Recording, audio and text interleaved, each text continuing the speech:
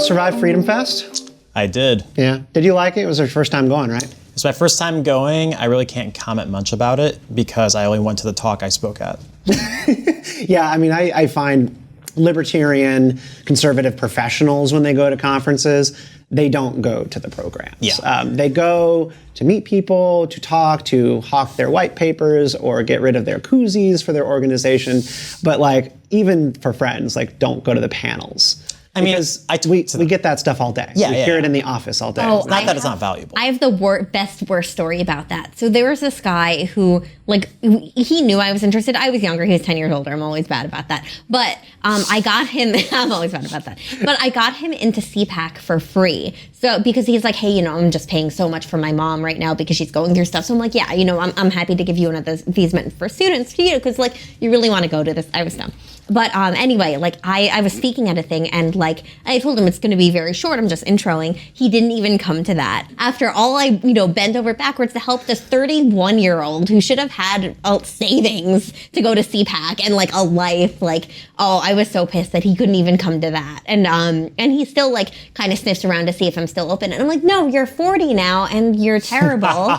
And like, this was over 10 years ago. Oh yeah, he liked one of my photos the other day, and I'm like, get out of my life. Like, no. I was just glad to go back to a conference and be around people who are not scared of everything.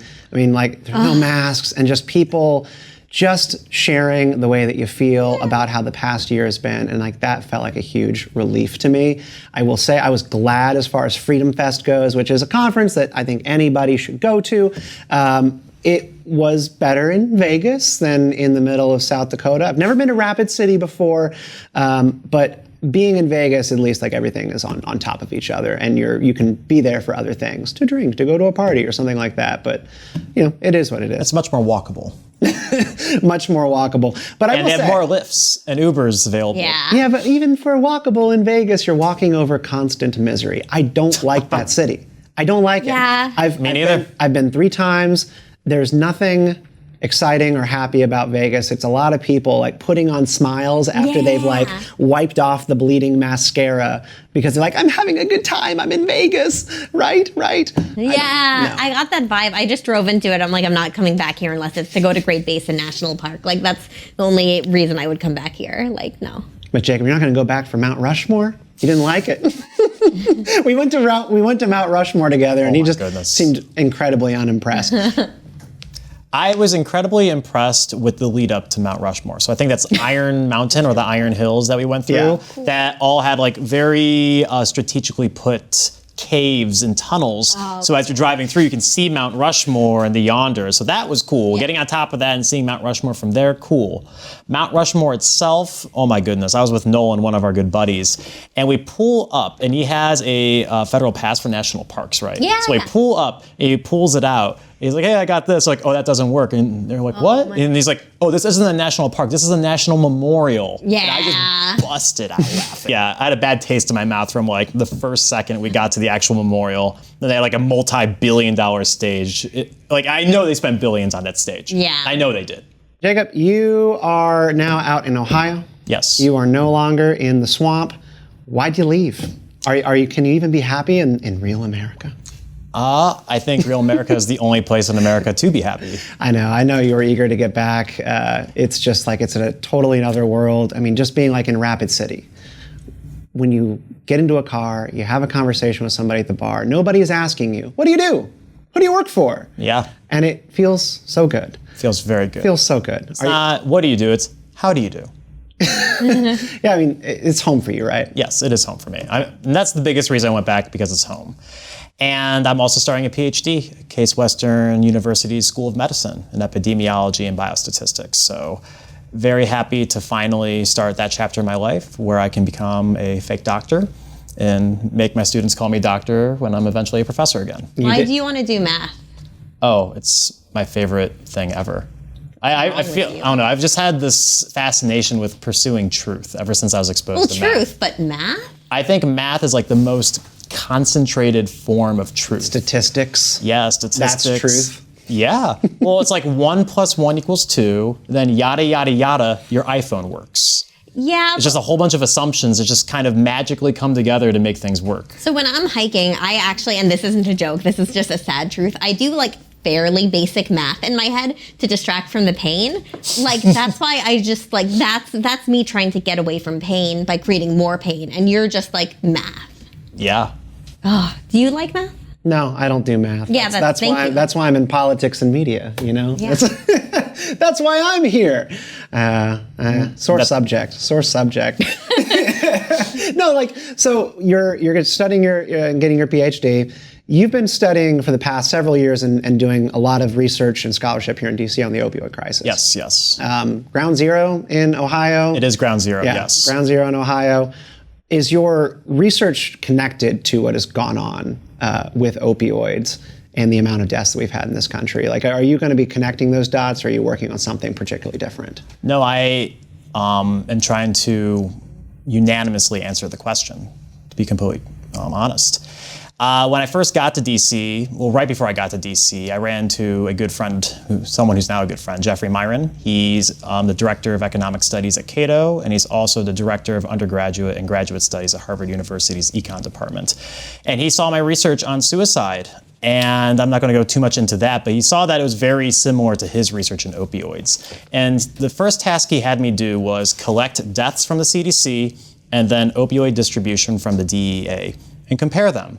And I saw a relationship I never expected. When prescribing went down, deaths went up. And just my entire research is, why is this happening?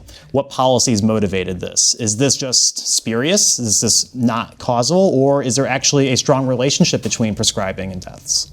You would think, I mean, obviously the intuitive thing would be that big pharma companies are pushing tons of pills on their patients, over-prescribing people, and they are inundated with pills, and therefore they're abusing them. I think I've seen in at least 3 movies now characters in which they go into their bathrooms and there's just drug vials everywhere. They've got all these pills because their medical companies are just forcing them onto them, and then they're becoming addicts. But in reality, like, you know, the real world, my grandma was talking to me in South Carolina about how she has a neighbor who is on pain pills. She had a surgery like 2 years ago or something that is still leaving her in a lot of pain. And she has been trying to warn her neighbors that her daughter, who's the one who had the surgery, is breaking into people's houses to get their pain pills because she's not able to get enough. And that was the first time that I had ever heard the idea that, like, people are addicted to opioids. They are on these pills, but they're actually not able to get enough for the pain and for that need that is developing. And then they're, you know, going to get it elsewhere, getting it from the street, or they are breaking into old ladies' houses to get their pills. That seems to track with like what you're talking about. Possibly. I mean, if it comes to the point where you're breaking into people's homes to get the pills. In a small community, I mean, like that's one of those instances where, like, you don't call the cops, you talk to the neighbor's mom and be like, my daughter is doing this, you know, make sure that if you see her, stop her. And like that's a lot of how communities work, is just like people working amongst each other to try to solve the problems and not bring in the police. Crime to break into somebody's house and steal pills, but like it's a thing that goes on. You know, I just am surprised to hear you say that people aren't able to get the pills that they need and get the opioids because the prescribing rates are going down.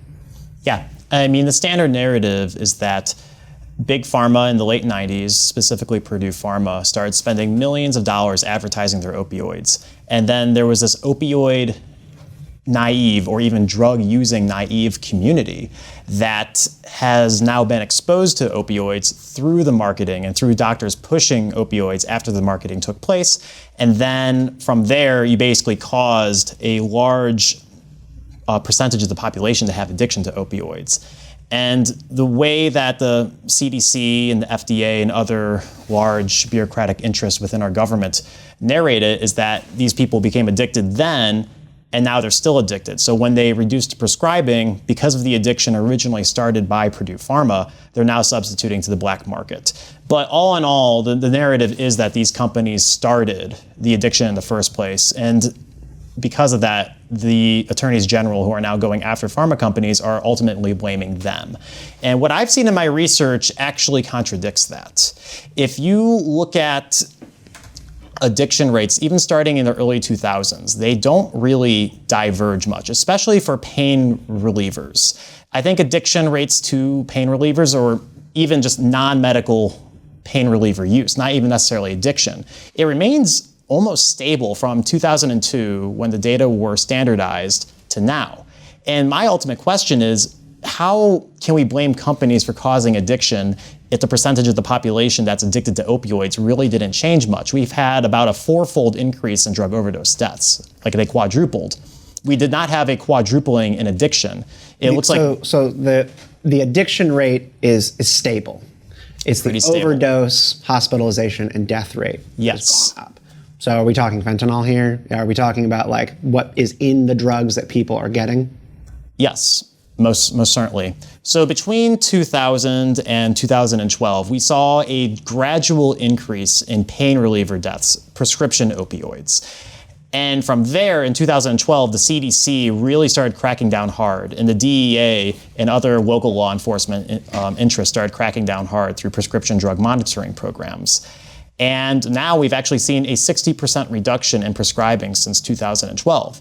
But once the reduction started, we saw massive increases in heroin, massive substitution from heroin once the prescribing was reduced starting in 2012. Then the DEA started successfully interdicting heroin at the border, actually seizing heroin that traffickers were bringing in. But after they succeeded with this, we saw a move to fentanyl. And now as they're starting to collect more and more fentanyl, we're seeing a substitution to carfentanil. And these are all just a progression to more and more potent substances that are much easier to overdose on, because the people mixing them with more volatile substances, they're not trained to do this. They're not trained. Drug traffickers really aren't trained to be mixing what doctors should be mixing. And that's really what's leading to more overdoses. It's not so much what percentage of the population is addicted to drugs, it's the quality of the drugs that drug users are using at any one time. So is that the factor that's changing along with, the higher number of overdoses and deaths and stuff? Are those the two factors, that it's, the increased deaths and also that people keep moving from one drug to another? And if so, is there an end to that cycle at any point? Like, can you get rid of enough drugs that it'll end, like that this won't be a problem anymore, or will they keep finding something else? It's just impossible to stop the drugs from coming into the country. Mm-hmm. It's absolutely impossible.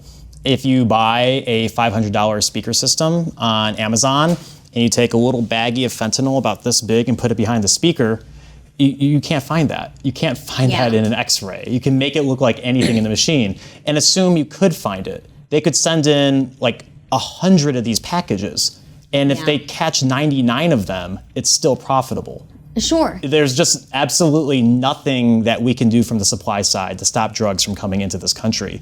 The only thing we can really do is convince people on their own to stop doing drugs. How do you do that?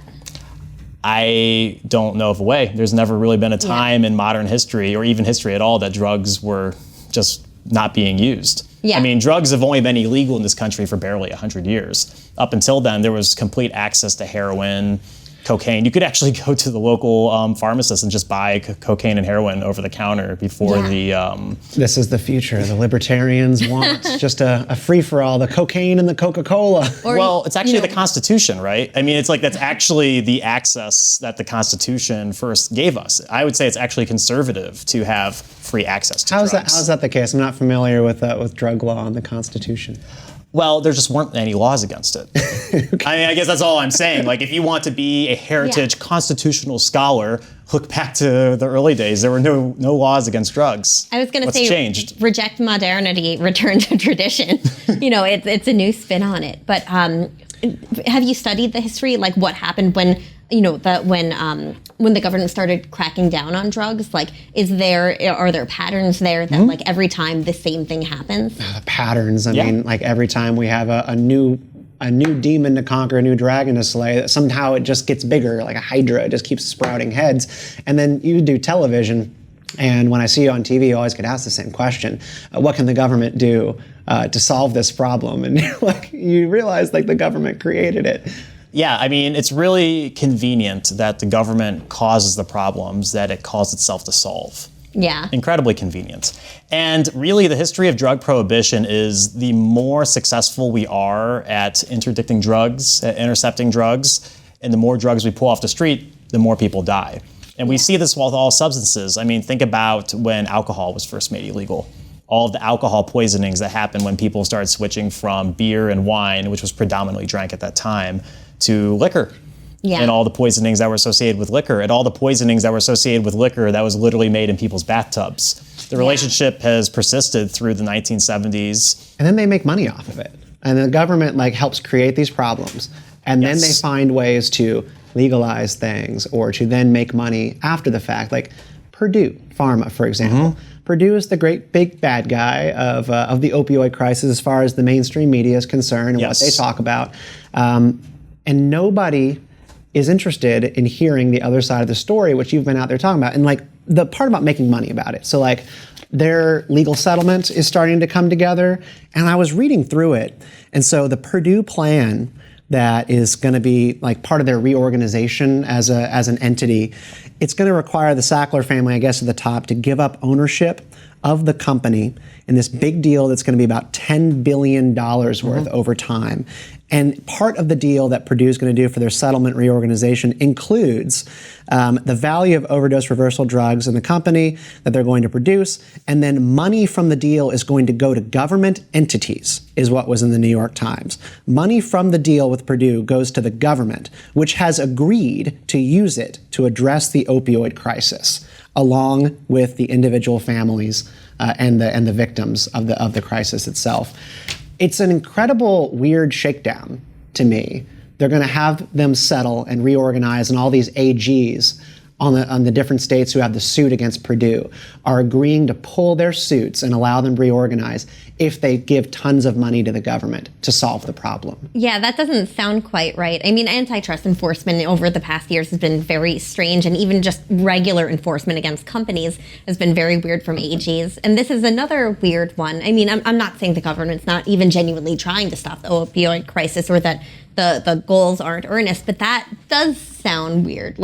If that happens, what do you think the outcome is going to be? Money to the government from and this company broken up. What happens next? I'd say it'd be exactly like what happened with the big tobacco master settlement.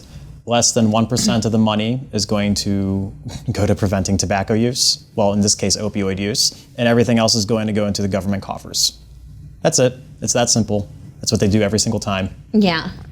And what's really pernicious about this is that in terms of a death crisis, we never really had a death crisis until the government intervened. There's these specific programs called prescription drug monitoring programs. And they were actually started in, I think, 2003 under the Bush administration. It was basically a competitive grant system where states could apply for a grant. The federal government would give them money to create databases to surveil their doctors and patients on opioid prescribing and other Schedule II narcotics. And the only thing that these states needed to do was just allow the Drug Enforcement Administration to have complete access to these records without any sort of Fourth Amendment protection. Yeah, so if you look at what Oregon and I think Utah did, they both sued the DEA for accessing the prescription drug monitoring programs, but both times federal courts said, quote, patients and doctors have no expectation of privacy in such a highly regulated market as pharmaceuticals.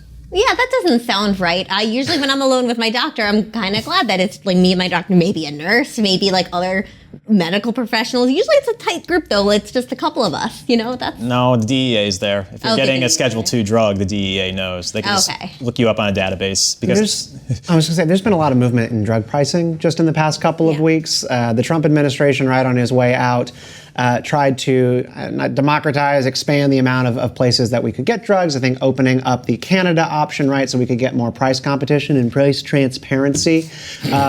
We were out at dinner the other week, and you were actually down talking the idea of drug pricing transparency, or actually showing up the prices. Could you explain why that is? Because I feel like that just went right over my head, why the idea of drug pricing transparency can actually be counterintuitive to good results for patients. Well, I'm against a law mandating transparency. I want prices to be listed, but because consumers who are purchasing drugs are using their own money through a deductible. The moment that consumers, and the research supports this, the moment that healthcare consumers actually have skin in the game, they actually start asking questions about how much their procedures and their drugs cost. I think when people hear that, they feel I have skin in the game. I have tons of medical debt. I have bills that I cannot pay. I've just got a surgery or surgery a year ago that I'm still paying for. Like, I think a lot of Americans feel like they are getting fleeced by healthcare constantly. And they'll tell you they have skin in the game. So are you talking about reimbursements? Like just the fact that so much of the cost is taken off of them or off of their plate, so they don't understand like what they're actually paying for or signing over when they do a procedure or get a drug?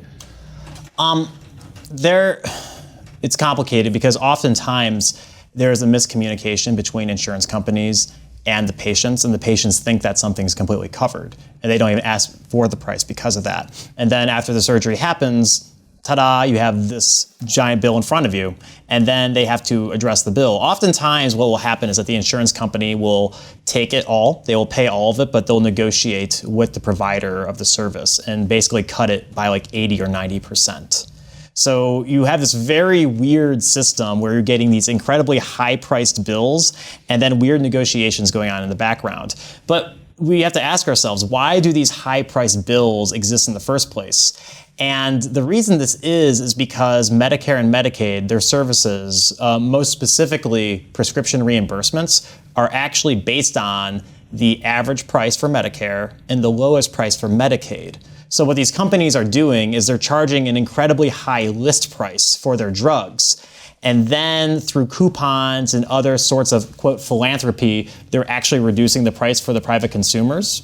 But if they could somehow, some way convince the government that the list price for a drug is $500, every single Medicare reimbursement equals that. And people ask, oh, why don't they give poor individuals with less money, lower priced drugs? Well, they probably would if Medicaid didn't match the lowest price of a drug. So that actually prevents them from cutting the prices ever, because that's what the Medicaid reimbursement automatically equals.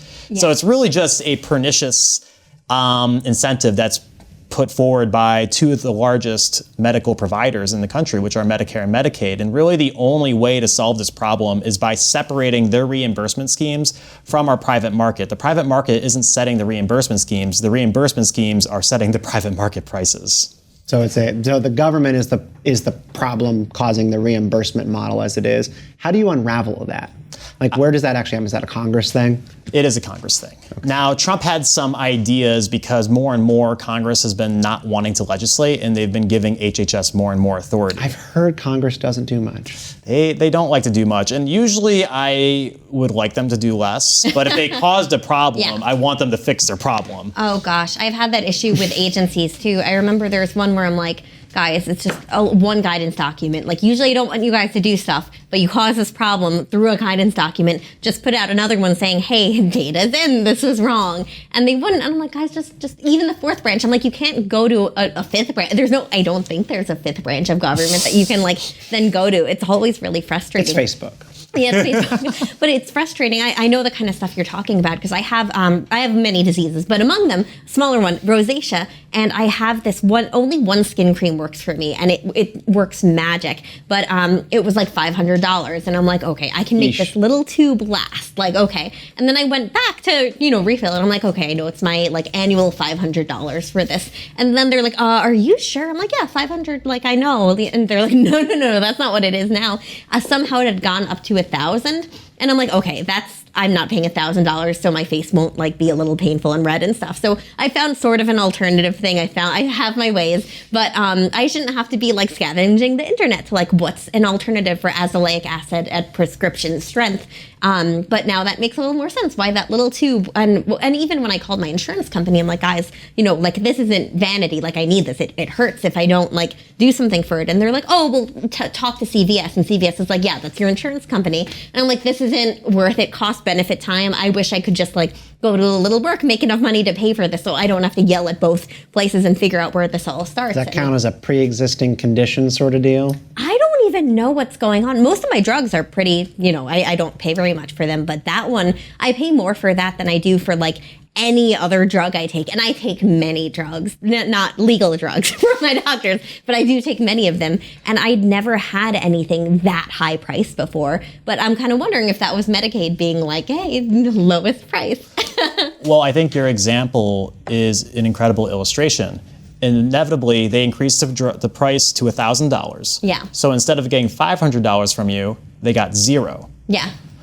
Well, what's been happening with Medicaid? We've had Medicaid expansion. Yeah. There's more people on Medicaid. They're not actually maximizing prices in the private market. This is one thing that everyone needs to understand. They're actually making less money in the private market by charging prices that are too high because people do substitute away from them. Yeah. The only thing is, like, if a drug costs $15 in the private market, but we increase the price to $1,000 and only one person buys it. Yeah. What's the average price? $1,000. Every Medicare reimbursement equals that. Every Medicaid reimbursement equals that. They're just weaponizing the private market, and they really don't care about the money they lose in the private market if we keep expanding the number of people who are covered by socialized medicine, whether it's Medicare or Medicaid. I feel like there is obviously so much common ground between like libertarians and free marketeers, and then like people who fall in line with Bernie on this kind of stuff. Bernie Sanders on this stuff. Like, they see the same problem, but the boogeyman part of it, who is causing this, is the part where there's just a total disconnect. Like, there's a feeling of injustice. There's a sense that, yes, the prices are going up. But I've never heard someone say that, like, just because the price of the skin cream goes up to $1,000, that they're not actually making more money on it. They're in fact making less customers buying the cream and just only in the private market. Yeah. So they're profit maximizing over public and private, right? But if there's more people in the public market, they don't care if a few less people in the private market are buying the drug. You get 1,000 people buying a drug at $1,000 or 2,000 at $15. You know what I mean? Just the price difference is so huge that they might as well just jack up the price, get one person to buy it in the private market, and then just gouge the taxpayers. Well, we need alternatives. I like to think in terms of, we've been talking a lot about pain, chronic pain, and things that people are dealing with. Marijuana is one of the solutions. It's something that can actually help people. CBD, THC, all of it. We are headed towards legalization. I think that like the train is moving. It left the station. Yeah. There is a bill that's actually moving through Congress called, and you can probably beat me to it, the Cannabis Administration and Opportunity Act, backed by Wyden. It used to be the MORE Act, but the MORE Act. It used to be, but that must be what it's called now. This is the latest version. Yes. Are you optimistic about it? Do you have any beef with what is typically going into these federal legalization bills? Because I know it's like taxation, right? Like, they're going to slap taxes on it, excise stuff, and they're going to make money off it. But isn't that just something that we're just going to have to Taxes accept? are inevitable. Yeah. They are. I mean, with marijuana in particular, we have to be very careful because there already is an established black market. So if you look at the states that have the highest tax rate, like California, well, the majority of marijuana bought in California is black market. Yeah, they have all these options, and between zoning, which keeps like marijuana and weed shops out of towns that otherwise might be able to host it, between zoning laws that are incredibly rigorous, and then what you're talking about here with the prices, people still just go get it from a dealer on a corner. Of course. That's still the way it works. Why wouldn't you if it's like a third of the price? Yeah, right? Why wouldn't you?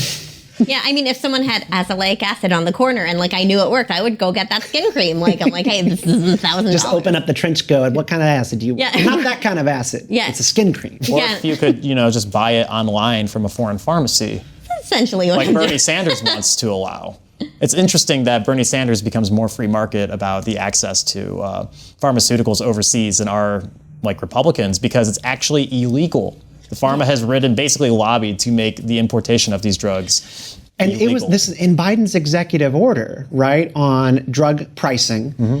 This was something that was in the original draft documents. There was like a whisper campaign going on that this was what was in the text of the document. And then when his executive order on drug pricing came out 2-3 weeks ago, it was gone. Yep. And I mean, you have to imagine the lobbyists. Oh, the things they lobby for. You probably know this better than I do, but the thing where you can not really change the drug a little, but change it a little, and you can extend the patents and stuff. Yep. And I'm like, that's crap. We shouldn't allow that. That's complete garbage. I mean, that actually happened with Purdue Pharma and the FDA. Yeah. So a lot of people don't know about this, but I think it was back in 2009. The FDA actually came after Purdue and said they, quote, mislabeled their drugs. We can put aside whether they really did. But in an agreement, basically the FDA said, okay, we're going to extend the patent protection of OxyContin if you make it abuse deterrent.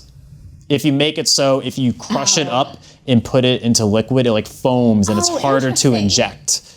So they actually made a deal with Purdue Pharma to extend their monopoly while punishing them.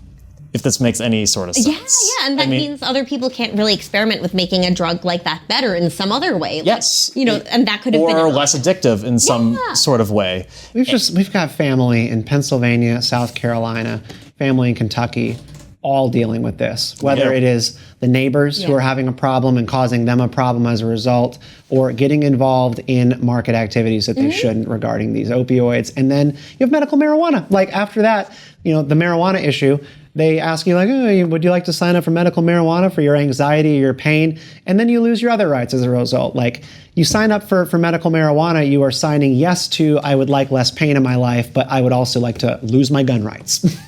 It's no-win situations everywhere you turn. It is no wonder that people are so angry.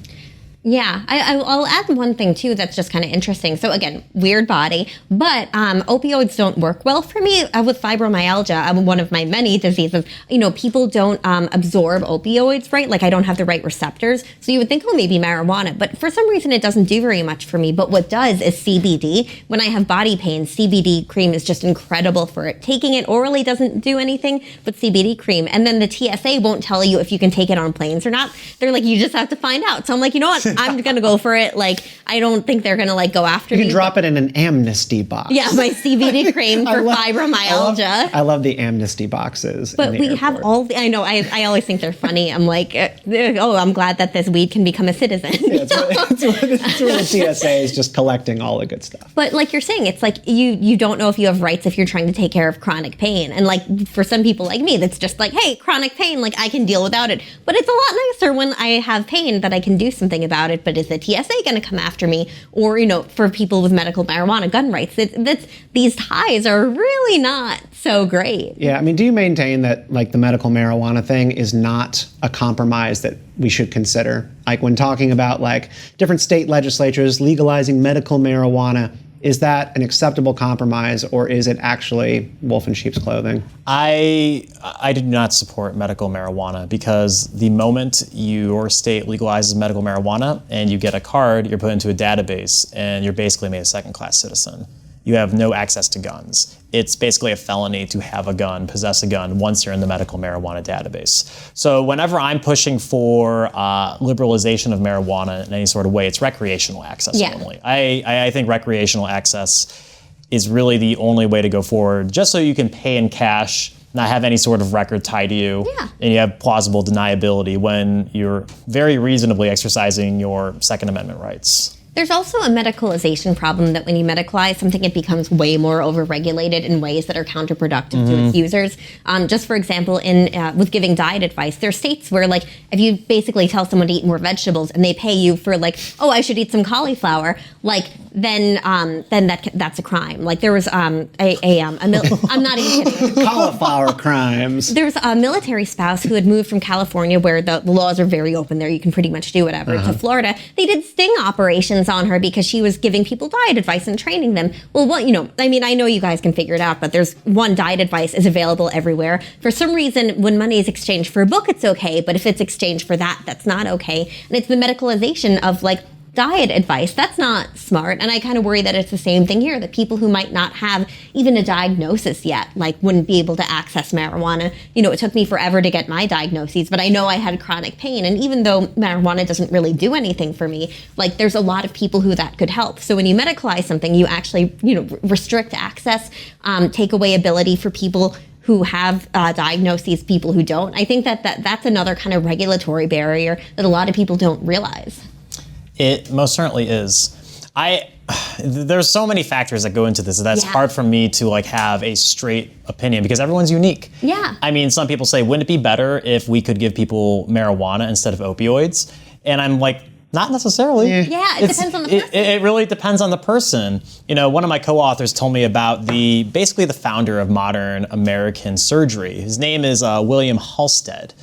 And he used to have a cocaine addiction. He basically invented all of the procedures that we do in modern surgery. Wow. He was at Johns Hopkins. The idea of residency for doctors before they get their medical license. I know he must be a big guy because I know the name.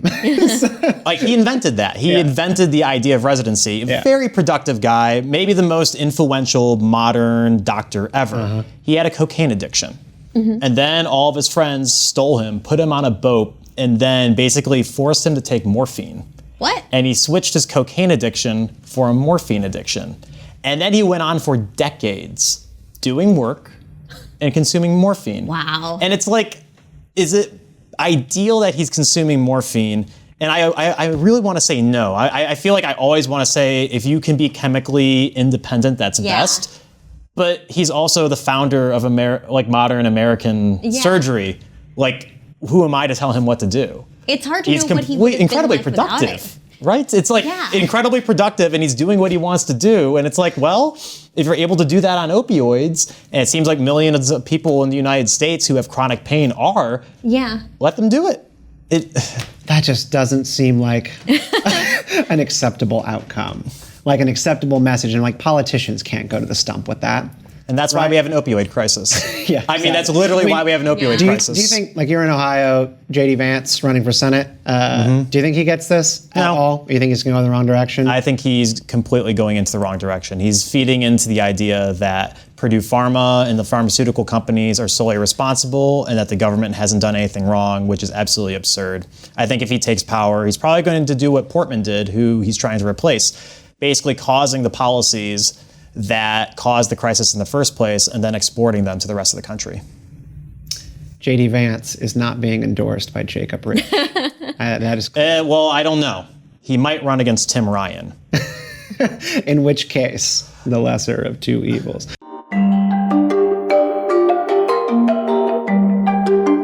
Y'all, some good news just to round things down. Would love to pivot over just like good news, things personal, things going on in the world that got you excited, because this is grim stuff. I will say, like, the legalization of marijuana on a federal level, it's like, coming down the pike. I'm very optimistic about that. The polling is clear. 70+% of Americans are excited about that being a thing. But still, this is a tough subject. So good news going on for you besides finally getting back home after a ton of layovers here in D.C.?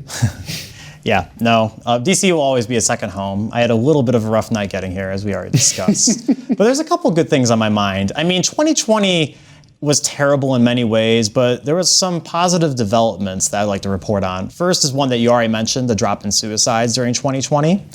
This actually is very consistent with my research. It looks like population density is the best predictor of a state's suicide rates. And it looks Making it worse or better?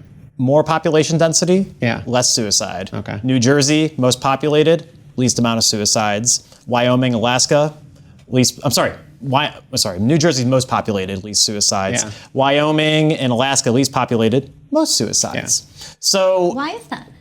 Because people are lonely. Yeah. I think this is actually like a good outcome. It's like people do well when they're together. Yeah. People like to see each other. And I think during the pandemic, you had a lot of young people moving out of the cities and repopulating these rural communities. A lot of people I know from DC actually moved back home to their rural hometowns. And it seems like the parents and older people around there probably better off to have them. Parents and grandparents moved back in together. You actually had multiple generations of families living under one roof in the past year to take care of each other, to support each other through job loss. And just that idea that, like, it made me wonder, why do we live apart? And I know it's like nobody wants to be like in a multi-generational shanty, right? In a really populated city, but like I just wonder sometimes, and especially after COVID, why do we not live together for longer? I know it's the American dream to have your own space and to have a home, but like it feels wrong after this year because I feel like we've been there for each other like we've never been before. I mean, I just moved back home. My father just retired. And I was considering moving to Cleveland, and I probably will. But like, I'm living at home. He just retired. We lift weights together, cooks me food. It's kind of like, I'm actually like, this is going to be the best time in my life to ever be with my dad because he just has so much time because he's not working now. It's kind of beautiful. He can be himself. Yeah. And one more good thing to report on. We actually had a massive drop in youth vaping during 2020. Oh, awesome. But I thought it was an epidemic. The babies are vaping. It's interesting how our language changes once we're like confronted with a real epidemic. Yeah. a real epidemic that kills like 600,000 people plus throughout the world. You can't tack actually 6 million epidemic on the end of everything. Yes, absolutely. And this survey was actually done before the lockdowns and the school closures were happening. So it looks like it went from like 28% to 20%. Pretty massive decrease over the span of 1 year. So lots of statistics are going in the correct direction, and there's reason to be optimistic. Well, your stuff is very well thought out and made me very optimistic about the coming years. Mine is completely ridiculous. Raleigh, North Carolina finally captured the zebra cobra. There's been a cobra on the loose in Raleigh, North Carolina. Oh, I wish I had seen. I love when animals are on the loose. They're not indigenous? The zebra cobra is not indigenous to Raleigh. So the funny thing was that in North Raleigh, this is my hometown, so I used to live in North Raleigh, and this zebra cobra, literally just like a white and black striped cobra, has been on the loose for the summer, right? Or that's what we thought. It got out of somebody's home because it's legal to have a cobra in your house, which has made me less libertarian as a result, because I'm now thinking, no, I don't think so. Maybe we don't need that kind of liberty. I don't know. But so this cobra got out and was spotted. The guy didn't report that it was out in North Raleigh. It was only found out once it was spotted, photographed, and then made it onto the news that there was a cobra in somebody's backyard.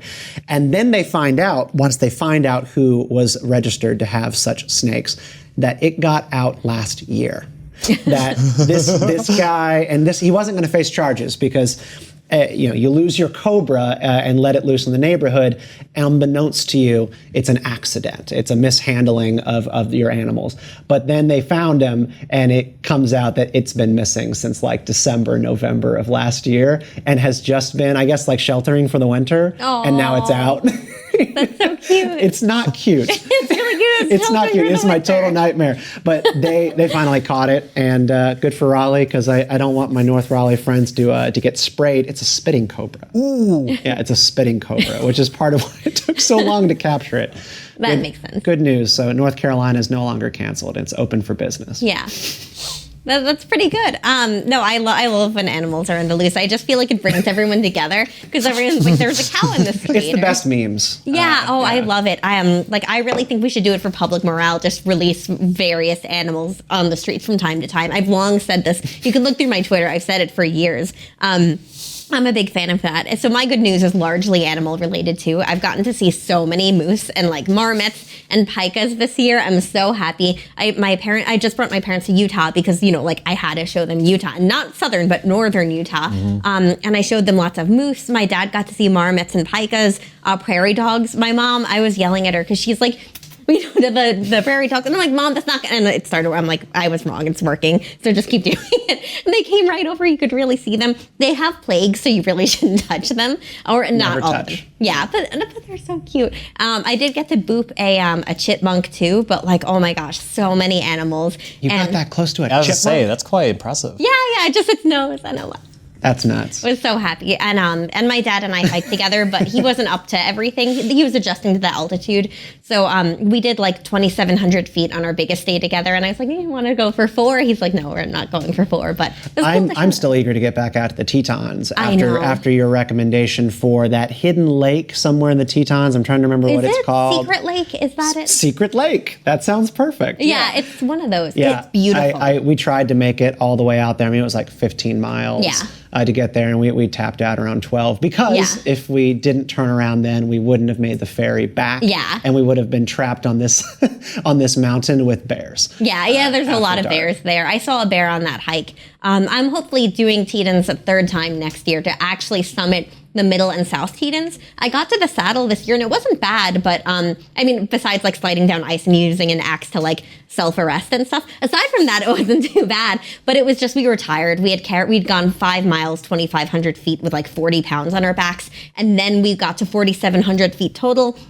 By then we were tired, and there were ice cliffs, and we're like, we're not gonna climb ice cliffs right now. Like this, we came for like walking, not like climbing ice cliffs. So next year. Well, I do not want to have to find new co-hosts for the show. You might. It's fine. Yeah, when you are eventually killed by a moose. It'll be there. Yeah. Moose are more dangerous. I know, but people think they're friendly and they're not. But they're so cute. Jacob Rich, Shoshana Weissmann, always fun. That is it for this edition of Right Now. Thank you to all our new subscribers for joining the fam.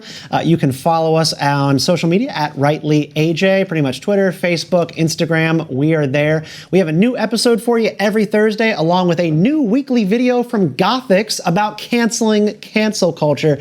Really great YouTube creator, and we are so happy to have her in the Right Now family. Our newsletter, Unfettered, is also up and running for you as well. There's a link to that in the info for this episode down below on your podcast or here on YouTube. So, till next time, always ask why, stay out of line, be a bug in the system. We'll see you soon.